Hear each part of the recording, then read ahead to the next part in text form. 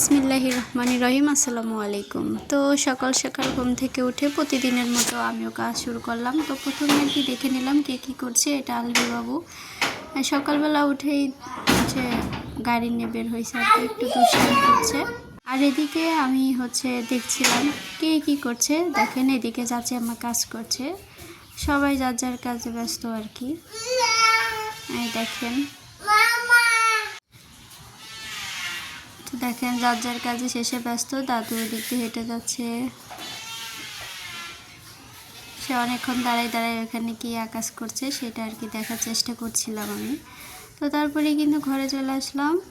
আমার খুবই ক্ষুধা পেয়েছে, যেহেতু আজকে দেরি করে ঘুম থেকে উঠছি। আজকে কিন্তু আম্মুই খাবারটা রেডি করেছে, আমি আলভির জন্য এটা রেডি করেছিলাম। এটা হচ্ছে সবজি খিচুড়ি, কিন্তু সে একটুও খায় নাই, তার সবজি মোটেও ভালো লাগে না। যাই হোক, আমি চলে আসলাম হাত ধোয়ার জন্য। এখন একটু আমি নাস্তা করে নেব সকালের।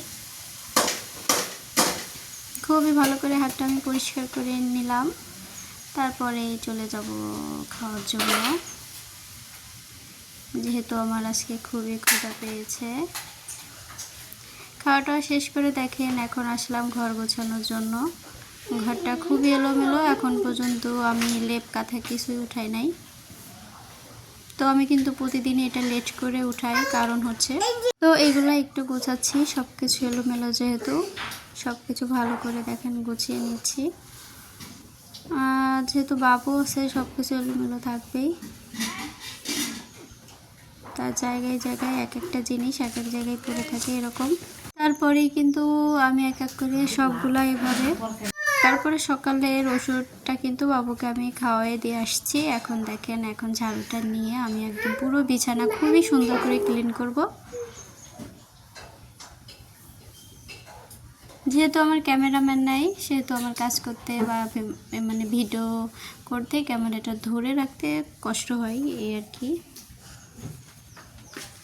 তো দেখেন খুবই সুন্দর করে আমি বিছানাটা এভাবে ঝাড়ু দিলাম। দেওয়ার পরে জানালাটা পুরোপুরি খোলার জন্য চেষ্টা করছি, খুলেও দিলাম আর কি। জানালাটা ভালো করে খুলে দিলাম। তারপরে কিন্তু আমি এটা সুন্দর করে গুছিয়ে পরিষ্কার করে